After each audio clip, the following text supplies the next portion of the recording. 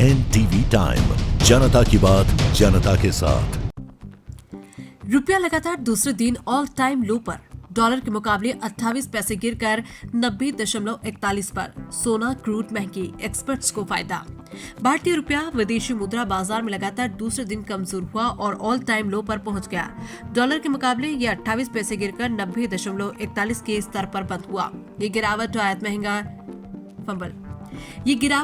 आयात महंगा करेगी, लेकिन एक्सपोर्ट्स के लिए अच्छी खबर है। मंगलवार को रुपया 90.13 पर था, जो बुधवार को 90.41 तक खसक गया, लगभग 0.31% की गिरावट। पिछले 30 दिनों में 1.73% और एक साल में 6.57% की कुल कमजोरी कारण अमेरिका फेड रिजर्व की ब्याज दरों पर अनिश्चितता, विदेशी निवेशकों की निकासी और घरेलू महंगाई का दबाव। डॉलर इंडेक्स मजबूत होने से INR पर अतिरिक्त बोझ। फॉरेक्स ट्रेडर्स का कहना है कि 90.50 का अगला स्तर टूट सकता है अगर FII आउटफ्लो जारी रहा। प्रभाव और सेक्टर्स पर असर। उपभोक्ताओं आयातकों के लिए नुकसान। सोना चांदी महंगे, 10 ग्राम सोने की कीमत 200 से 250 रुपए की बढ़ोतरी संभावित। क्रूड ऑयल, पेट्रोल, डीजल 1 से 2 रुपए प्रति लीटर महंगे हो सकते हैं, आयात बिल बढ़ेगा।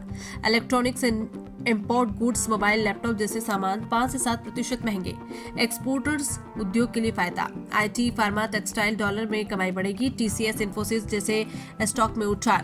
रुपया कमजोर, निर्यात सस्ता। अमेरिका, यूरोप में भारतीय सामान प्रतिस्पर्धा। FY 26 में एक्सपोर्ट ग्रोथ 8 से 10% संभव। सेक्टर प्रभाव उदाहरण, सोना क्रूड महंगा, पेट्रोल 1 से 2 रुपए लीटर। IT फर्म फायदा, डॉलर कमाई, आयात बोझ। इलेक्ट्रॉनिक 5 से 7%। विशेषज्ञों की राय और RBI की भूमिका। आर्थिक विशेषज्ञ RBI इंटरवीन कर सकता है, लेकिन इन कारणों स्तर पर ही फिलहाल लिक्विडिटी मैनेजमेंट पर फोकस। RBI गवर्नर ने कहा कि रुपया स्थिर रखने के लिए पर्याप्त फॉरेक्स रिजर्व $700 बिलियन है। ट्रेडर्स 90.60 90.80 रेंज देख रहे हैं। यहाँ ट्रेडर्स बेचारी सेंटीमेंट में है, ट्रेडर्स चिंतित, एक्सपोर्टर खुश।